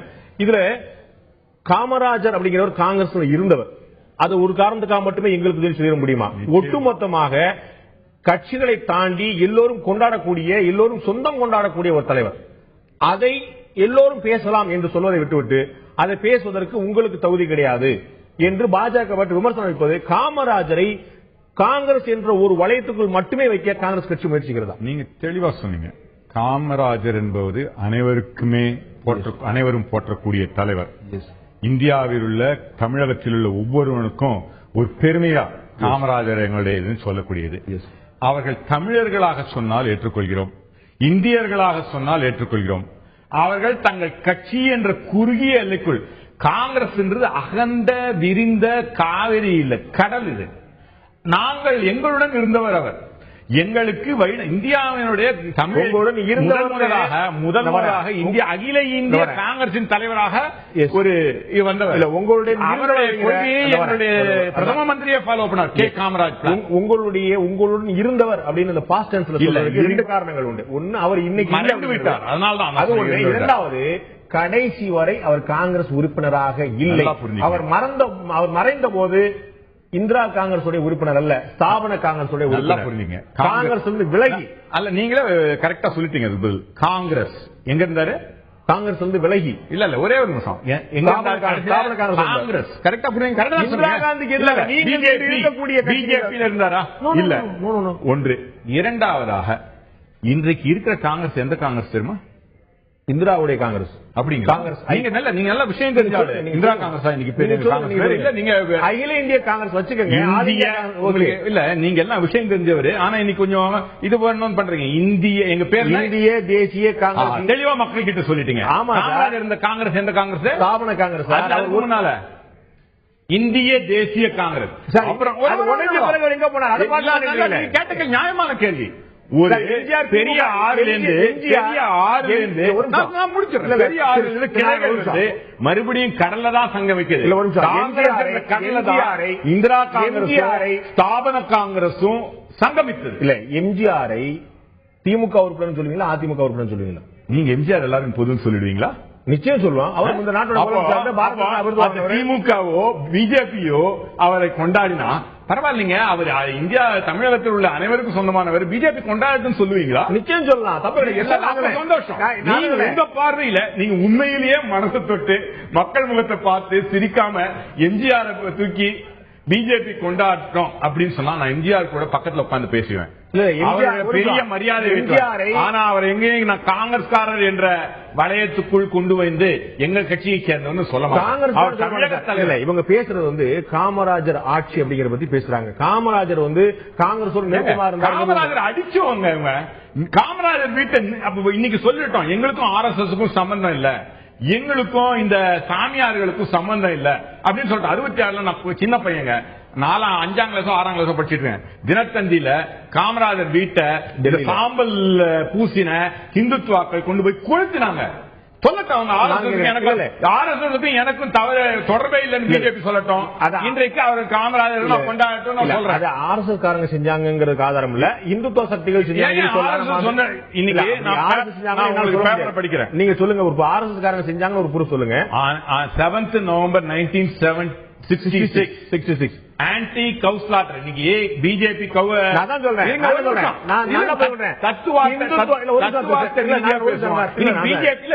பிஜேபி கொண்டாடுதா? இல்ல பிஜேபி மகாராஷ்டிரால கவ் ஸ்லாட்டருக்கு எதிராக பேன் கொண்டு இருக்காங்க. இந்துத்துவ சக்திகள் சொல்லுங்க, சரியா இருக்கும், நான் மறுக்கல. சக்திகள் இல்லையா? இந்துத்துவ சக்திகள் இல்லையா? சொல்லலாம். அப்ப எப்படி அவர்களுக்கு இருக்கு? அதெல்லாம் காங்கிரஸ் நீங்க சேர்க்க மாட்டேன்றீங்க. நீங்க என்னங்க அநியாயமா இருக்கு? பாருங்க, நீங்க வந்து எங்கிட்ட வாதத்துக்கு மருந்து உண்டு, பிடிவாதத்துக்கு மருந்து இல்லைங்க. நீங்க பிடிவாதம் பண்றீங்க, மக்கள் மத்தியில வந்து நீங்க சொல்றோன்னு ஒரு என்னுடைய செய்திகளை கொண்டு வரணும்னு பாக்குறீங்க. உண்மை உங்களுக்கே தெரியுது. நீங்க அவர்களுக்கு உரிமை இல்லை, நீங்களே ஒத்துக்கிட்டு இருக்கீங்க. காமராஜர் இறக்கும் வரை காங்கிரஸ் உறுப்பினராக இல்லை. இந்த தேசம் போய்விட்டது. காங்கிரசின் உறுப்பினராக இருந்தார் என்பது உண்மை. ஸ்தாபன காங்கிரசுக்கு அவருக்கு பிறகு வந்த ஸ்தாபன காங்கிரசுடன் இணைந்தது என்பதும் உண்மை. அவருக்கு பிறகு காமராஜர் ஒரு வருடம் இருந்திருந்தால் அவரே காங்கிரசுடன் இணைந்திருப்பார். இந்திய தேசிய காங்கிரசிலே ஏன் தலைமையை கூட ஏற்றிருப்பார். அதுதான் உண்மை. தூத்துக்குடி துறைமுகத்துடைய துவக்க விழாவின் போது இந்திரா காந்தி அவர்கள் துவக்கி வைக்கிறார். மேடையில காமராஜர் இருக்கிறார். காமராஜருடைய பெயரை மட்டும் சொல்லவில்லை, மறுக்க முடியாது. காமராஜருடைய பெயரை சொல்லவில்லை இந்திரா காந்தி. மறுபடியும் சொல்றேங்க, நீங்க எப்படி கிரெடிட் எடுத்துக்க போறீங்க? ஒரே ஒரு நிமிஷம். இந்திரா காங்கிரஸ் என்று ஸ்தாபன காங்கிரஸ் என்று பிரிந்திருந்தது உண்மை. இந்திய தேசிய காங்கிரசிலிருந்து இந்திரா காங்கிரஸ் வரலாற்று உண்மைகள், இதை யாருமே மறுக்க முடியாது. ஆனா ஸ்தாபன காங்கிரசும் இந்திரா காங்கிரசும் இணைந்துதான் இன்று இந்திய தேசிய காங்கிரஸ் இருப்பது என்பது உண்மை. நீங்கள் மறுக்க முடியாது இல்லையா? காங்கிரஸ் எதிர்த்தாங்க, நீங்க ஏன் மறுக்கிறீங்க? காங்கிரஸ் அவர் எதிர்த்தார். ஐயா, இந்த தேசம் போச்சுன்னு சொன்னார் இந்திரா காந்தி. உங்களுடைய தலைவி இந்திரா காந்தி ஒரு காலகட்டத்தில் நான் மறுக்கல. நான் பாருங்க, நான் என்னைக்கும் வந்து உங்க இதுல டிவிலையும் சொல்றேன், மக்களுக்கும் தெரியும், நான் உண்மையை மட்டும்தான். நான் இதை மறுக்கல. ஆனால் அதாவது ஒரு காலகட்டத்தில் அவர் வந்து இந்த சிண்டிகேட்டால இந்த பேங்க் அவர் வந்து விரும்பினார், பேங்க் நேஷனலைசேஷன் விரும்பினார். ஆனா இந்த சிண்டிகேட்டால அன்றைக்கு அவர் தலைவராக இருந்ததால ஒரு காலகட்டத்தில் ஸ்தாபனம், ஏன்னா டிசிப்ளின் முக்கியம்னு அவர் நினைச்சார். அந்த காலகட்டத்தில் ஒரு கருத்து வேற்றுமைகள் வந்தது உண்மை. இவரால் உருவாக்கப்பட்டவர் தான் இந்திரா காந்தி. இது வந்து குடும்பத்துக்குள்ள சண்டைகள் நடப்பது உண்மை. ஏங்க இன்னைக்கு கேக்குறீங்க, இன்னைக்கு அழகிரி எங்க இருக்கிறாரோ இருப்பாரோன்ற வேற விஷயம். ஆனா அவர் குடும்பம், அந்த குடும்பத்துல அழகிரியை கொண்டு போய் இப்ப வந்து இன்றைய நிலையில நீங்க வந்து பிஜேபி அப்படின்னு சொன்னா உண்மையா இருக்குமா? இன்றைய நிலையில ஒரு சேரலாம், உங்களுடைய தலைவர் இன்றைய நிலையில அவர் சொல்லிக்கிட்டு இருக்காங்க, நாங்க என்றைக்குமே காங்கிரஸ் என்ற பெயரை காமராஜர் போகவில்லை என்று நீங்கள் ஒப்புக்கொள்ள வேண்டும். சொன்ன உதாரணத்துக்காக பெயருக்கு வரல. நீங்க சொன்ன உதாரணத்துக்காக சொல்றேன். திரு இளங்கோவன் காங்கிரஸ் தலைவராக இருக்கும் போதுதான் அவருடைய தாயார் திரு சுலோச்சனா சம்பத் அதிமுக குடும்பத்துக்கு 2 வழிக்கு வாய்ப்பு உண்டு. நான் திரு சேகத்தை கேட்க விரும்புறேன். ஒவ்வொரு கட்சிக்கும் ஒரு அடையாளம் இருக்கும். அந்த கட்சியுடைய காங்கிரஸ் கட்சியுடைய அடையாளமாக இருப்பவர் காமராஜர். அவர் எல்லாருக்கும் பொது என்று சொல்லிக் கொண்டாலும் கூட காங்கிரஸ் கட்சியுடைய முகமாக காங்கிரஸ் அடையாளமாக இருப்பார். அவரை கூட பாஜக வந்து நாங்க காமராஜர் ஆட்சி சொல்ல வேண்டிய அவசியம் என்ன வந்தது? இல்ல, அதாவது ஏற்கனவே நீங்க பேசுகின்ற போதே மிக முக்கியமா சொல்லிட்டீங்க, காமராஜர் வந்து காங்கிரசுக்கு மட்டும் சொந்தம் இல்லை, ஒரு நாட்டுக்கே சொந்தம் என்று. தமிழ்நாட்டுக்கு சொந்தம், தமிழ் மக்களுக்கு சொந்தம், இந்திய நாட்டு மக்களுக்கு சொந்தம். பட்டேலை வந்து நாம் குஜராத்தை விட்டு வெளியே கொண்டாந்து இப்ப இந்திய மக்களுக்கு சொந்தமாக மோடி அவர்கள் பல்வேறு விஷயங்கள்ல பட்டேலை கொண்டு வந்தார். எனக்கு என்ன காங்கிரஸ் இருந்த பட்டேல், காங்கிரஸ் இருந்த காமராஜர் இவர்களை கடன் வாங்கி தான் பாஜக கொண்டு போயிருக்கா? நீங்க தான் சொல்லுவீங்களே வாஜ்பாய் ஆட்சியை கொண்டு வர்றோம், ராமராஜ்யம் இருக்கு. இல்ல, அதாவது நீங்க சொன்ன ஒரு விஷயத்துல கடன் வாங்கி எல்லாம் இல்ல, ஒரு நாட்டினுடைய தலைவனே ஒரு கட்சிக்குள்ள ஒரு குறுகிய இடத்தில் குறுக்க வேண்டாம் என்பது நீங்க வந்து சொல்லி இப்படி எல்லாம் சொல்லிவிட்டார்கள், இப்படி எல்லாம் பேசுகிறார்கள், ஆகவே காமராஜரை வந்து இனி நாம் அவருடைய புகழை எல்லாம் சொல்லக்கூடாது, அவருடைய நன்மை எல்லாம் சொல்லக்கூடாது என்ற முடிவுக்கு சின்ன வித்தியாசம் கொண்டு போற திரு சேகர். காமராஜரை கொண்டாடுவது தவறல்ல, செய்ய வேண்டிய விஷயம். காமராஜரை புகழ்வது தவறல்ல, செய்ய வேண்டிய விஷயம். காமராஜரை சொந்தம் கொண்டாடுவது இவ்வளவுதான் கேள்வி. காமராஜர் ஆட்சி அமைப்போம் நீங்க சொல்றீங்க இல்லையா? காமராஜர் நல்லாட்சி கொடுத்தாரு. ஆனா காமராஜர் ஆட்சி என்பது காங்கிரஸ் ஆட்சி இல்ல. ஒரு ஆட்சியினுடைய நல்ல பரிணாமங்களை என்ன நோமன்கிளேச்சர் கொடுப்பீங்க, எந்த கொட்டேஷன் கொடுப்பீங்க? சரி, காமராஜர் ஆட்சி அமைப்போம் என்பதை நாங்க மாத்தி இப்ப சொல்றோம், காமராஜர் ஆட்சி செய்தது போல நல்லாட்சி செய்வோம் அப்படின்னா உங்களுடைய கட்சியில யாருமே இல்லையா? இல்ல அப்படின்னா உங்களுடைய கட்சியில காமராஜர் ஆட்சி ஆட்சி யாருமே கொடுத்தது இல்லையா? இல்ல, இப்ப அடல் பிஹாரி வாஜ்பாயினுடைய ஆட்சி நாங்கள் சொல்லுகிறோம். 6 ஆண்டு காலம் நல்லாட்சி தந்தார், பொற்கால ஆட்சி தந்தார், அதே போல ஆட்சி தருவோம் என்று சொல்லி அகில இந்திய அளவிலே சொல்லுகிறோம். தமிழகத்தில் பாரதிய ஜனதா கட்சி ஒருவேளை ஆட்சி சொல்லவே இல்லை. அப்கி பார் மோடி சர்க்கார் தான் சொன்னீங்க. 2014 தேர்தலில் ஒரு முறை கூட வாஜ்பாய் பெயர் உச்சரிக்கப்படவில்லை. இல்ல 2014க்கு பின்னாலே மோடியினுடைய பெயர் உபயோகித்திருக்கலாம். 2014க்கு முன்னாலே மோடியினுடைய வாஜ்பாய் அவருடைய நல்லாட்சியை தருவோம் என்று எங்களுடைய இதுல கூட மேனிபெஸ்டோல கூட சொல்லியிருக்கிறோம். அதற்கு முன்னால நாராயணன் அவர்கள் உண்மை பேசுவதாக சொல்லி ஒரு மாபெரும் பொய்யை சொன்னார். காமராஜருடைய வீடு இந்துத்துவ சக்திகளாக பின்னாலே சொன்னார், முன்னாலே RSS சொன்னார். உங்களுக்கு நான் கேட்கிறேன், அங்க பசுவதைக்கு எதிராக சாமியார்கள் 10,000 பேர் போய் பார்லிமெண்டை முற்றியிடுகிற போது நடந்த ஒரு விஷயத்தை RSS ஜனசங்கத்தோடு முடிச்சு போடுகிறார். இது தொடர்ந்து பொய்யும் புரட்டும் சொல்வது அவர்களுக்கு வாடிக்கையாக இருக்கிறது. நான் கேட்கிறேன், ராஜீவ்காந்தி கொலை செய்யப்பட்ட போது பக்கத்தில் மூப்பனார் இருந்தார். ராஜீவ்காந்தி கொலையாளி தனுவை கூட்டி கொண்டு போனவர் மரகதம் சந்திரசேகரனுடைய வீட்டுக்கு. அப்ப காங்கிரஸ் கட்சிக்காரர் ராஜீவ்காந்தியை கொலை செய்ததாக இவர்கள் ஏற்றுக்கொள்வார்களா? பங்கு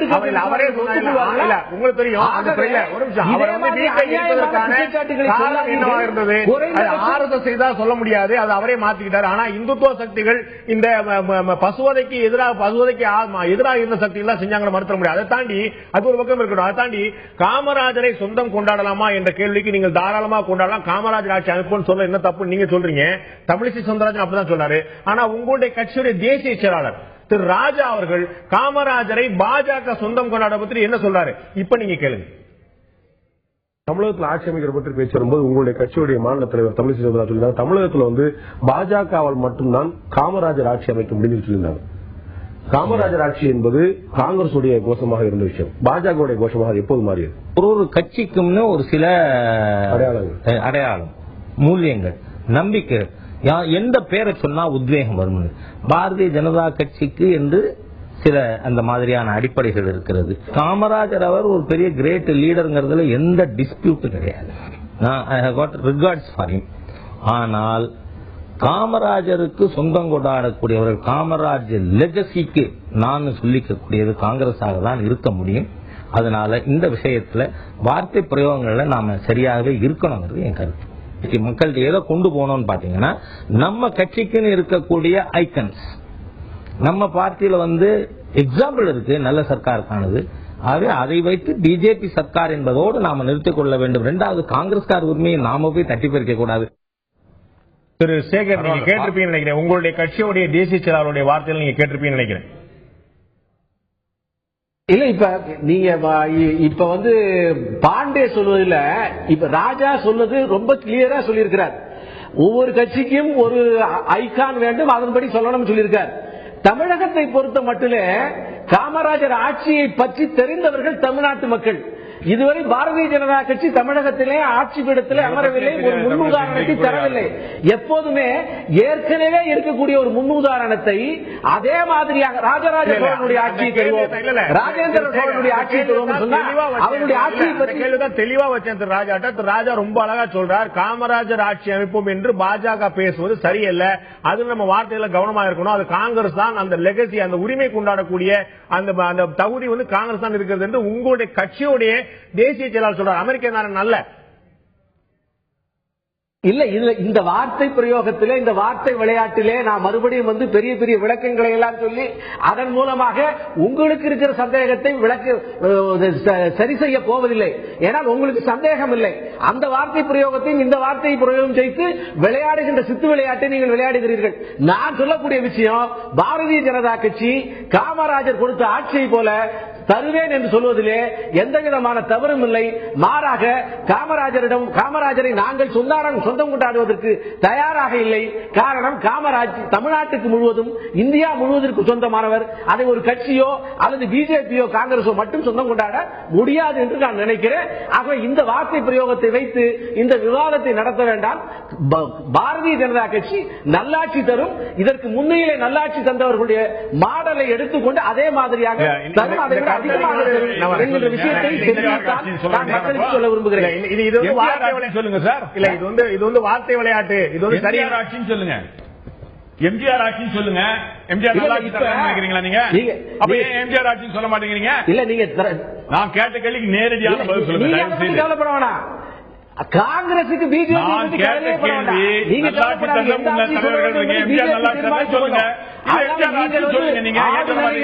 நீங்க கவலைப்பட வேணாம். இல்லைங்க,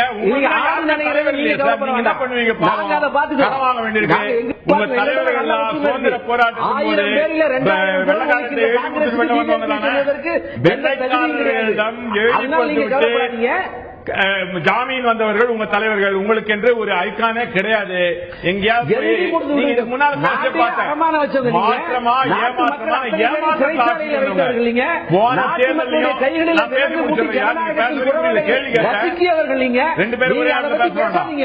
ஜனநாயகத்தை பற்றி பேசுவதையும் சுதந்திரத்தை பற்றி பேசுவதையும் கட்டுப்பாடை பற்றி பேசுவதையும் காங்கிரசுக்கு எந்த தகுதியும் கிடையாது. எல்லாருக்குமே தகுதி இருக்கு, இல்லாட்டி இல்லன்னா எல்லாருக்குமே தகுதி இல்லன்னு சொல்றேன். ஒவ்வொரு தலைவரும் ஒவ்வொரு சந்தர்ப்ப வியாபார நிலைப்பாடு எடுத்திருக்காங்க. இறுதியா திரு அமெரிக்க நாடு ஒரு கேள்வி கேட்கணும். 1997 திரு அத்வானி அவர்கள் ஒட்டுமொத்த நாடு முழுக்க இங்க யாத்திரை வந்த போது விருதுநகர்ல காமராஜர் நினைவில்லத்துக்கு போய் அந்த இல்லத்தை போய் பார்த்துட்டு அங்க வந்து எழுதுறாரு, காமராஜர் இந்த தேசத்தின் மிகப்பெரிய தலைவர் சொல்றாரு. அப்ப அந்த கட்சியோட அகில இந்திய தலைவர் அவர் இருந்தார். அப்ப இது போல மாற்று கட்சியில் இருந்தாலும் இருக்கக்கூடிய தலைவர், அது பட்டேலோ காமராஜரோ மாற்று கட்சியை சேர்ந்தாலும் இருந்தாலும் அவர்களை அங்கீகரிப்பதும் அவர்களை போற்றுவதும் அவருடைய பெருந்தன்மையை காட்டுதா? நீ கடை வாங்குற, நீ வந்து உனக்கு தலைவனை இல்லைன்னு சொல்லி சரியா? மறுபடியும் சொல்றேன், அன்றைக்கு அத்வானி போய் இது வைக்கவோ மாலை போடல. நாங்க போய் எம்ஜிஆர் சிலை கூட மாலை போடுறோம், மற்ற தலைவர்கள் சிலைக்கு மாலை போடுவது தவறில்லை. ஆனால் அவர்களுக்கு சொந்தம் கொண்டாடுவது, நீங்க எங்க வீட்டுக்கு உங்களை கூப்பிடுறேன், எங்க வீட்டுல ஒரு பெரியவர் இருக்காரு நல்லவன், எங்க வீட உங்க வீடுன்னு சொல்ற மாதிரி இருக்கு. இது நீங்க ஏத்துக்குவீங்களா? நீங்களும் ஏத்துக்க மாட்டீங்க, மக்களும் ஏத்துக்க மாட்டாங்க. இவங்க வந்து காந்திக்கு வந்து கோட்சே கட்சி காந்திக்கு சொந்தம் கொண்டாட முடியுமா? அதே போலதான் காங்கிரஸில் உள்ள காமராஜர் வீட்டை கொளுத்தியவர்கள் இன்று பிஜேபி ஆட்சியிலே மகாராஷ்டிராத்துல பசுவதை வீட்டை சாப்பிடுறது தவறுன்னு சொல்பவர்கள், அன்று பசுவதையாளர்களால் பசுவை கொல்ல முயற்சி நீங்க கேட்ட கேள்வி கொல்லக்கூடாது, காமராஜரை கொல்ல முற்பட்டார்கள். பசுவை கொல்லக்கூடாது என்று சொல்லுவார்கள், காமராஜரை கொல்ல முற்பட்டார்கள் என்பது உண்மையா இல்லையா? இந்துத்துவ சக்திகள் சொல்றது நான் ஆமான்னு என்ன சொல்றேன், தயாரா இருக்கு. நான் சொல்றேன் பசுவதை கவலைப்பட்டு இருக்கீங்களா? அரசியல் சாசனத்தை மாத்துங்க. மறுபடியும் நீங்க செக்குலர் கவர்மெண்ட் வார்த்தை சேர்த்தீங்கல்ல, செக்குலர் சேர்த்தீங்கல்ல, பசுவதைங்கிற நீக்க அவசியமான அன்னைக்கே வந்து சட்டமா கொடுத்திருப்பாங்க. அதாவது கொண்டு இருந்தது. தெளிவா சொல்றேன், என்னை பொறுத்தவரை நான் பசுவை வணங்குபவன். ஆனால் மற்றவர்களுக்கு அந்த பசுமாட்டுடைய மீட்ட பசுவை உரிமை என்னுடைய இதுதான் போலி இந்துத்துவாதிகள் இவர்கள், போலி காமராஜர் பக்தர்கள் இவர்கள், போலி காந்தி பக்தர்கள் இவர்கள். உங்களுக்கு என்னால் டிஸ்பிளின் உயர்த்த முடியல. என்னுடைய கேள்வி என்னன்னா, இந்த நீங்க பசுவை வணங்குங்க, இன்னொருத்தர் பசுவை சாப்பிட்டது அவரவர் உரிமை. அரசியல் சாசனம் சட்டமாக்கிச்சா டம்மி பீஸ் இதுல விஷயம்.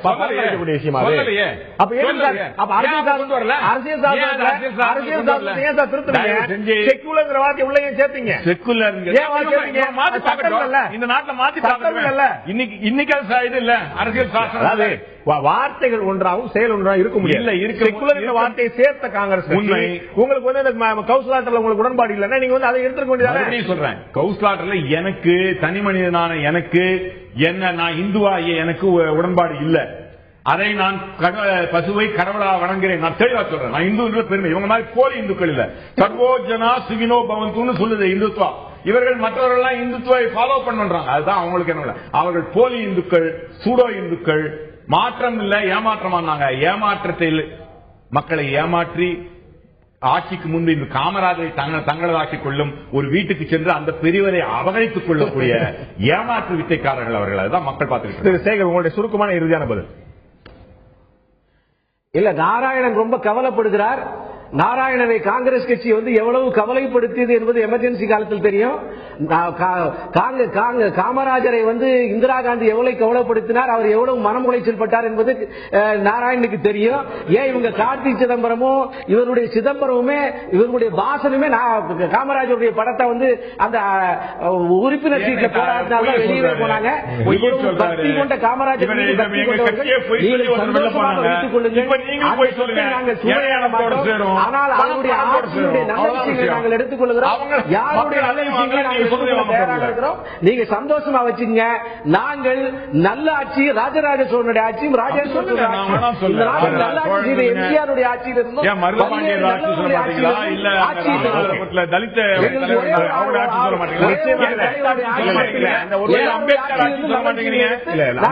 பிரதமரா இல்ல அப்படிங்கிற சொல்லல, வேற ஒண்ணு இல்ல. நிச்சயமா இதுல இரண்டு பேருடைய வாழ்த்து ஒரு விஷயம் உறுதியாக புரிந்து கொள்ள முடியும். காங்கிரசும் பாஜகவும் ஒரு விஷயத்துல உறுதியா இருக்கிறது. நடந்திருக்கக்கூடிய ஆட்சியிலேயே காமராஜர் ஆட்சி ஒரு பொற்கால ஆட்சி அப்படிங்கிற மாற்றுக்கிறதுல அது காங்கிரஸ் ஆட்சியா பாஜக வரப்போற ஆட்சியா இதுவரைக்கும் இருந்து கொண்டிருக்கக்கூடிய திராவிட கட்சியோட ஆட்சி என்பதை தாண்டி காமராஜர் ஆட்சி ஒரு பொற்கால ஆட்சி, அது மாற்றுக்கருத்தில்லை. அது போன்ற ஆட்சியை கொண்டு வர வேண்டும் என்று மக்கள் விரும்புகிறார்கள். அதற்கான வாக்குறுதி எந்த கட்சி கொடுக்க போகிறது, அதற்கான செயல்பாட்டை எந்த கட்சி முன்னிறுத்த போகிறது, செயல்திறனை எந்த கட்சி தன்னுடைய வாக்குறுதியாக முன்னிறுத்த போகிறது, காமராஜருடைய அடையாளமாக அவருடைய வாரிசாக இருக்கக்கூடிய கட்சி இது ஒரு கேள்விக்குள்ளாக தொடரக்கூடிய ஒரு விஷயம் தான். இந்த நிகழ்ச்சியில் கலந்து கொண்டு கருத்து தெரிவித்த விருந்தினர்கள் இரண்டு பேருக்கும் நன்றி. பார்த்த உங்களுக்கும் நன்றி நண்பர்களே. மீண்டும் இன்னொரு நிகழ்ச்சியில் சந்திப்போம். அதுவரை நன்றி, வணக்கம்.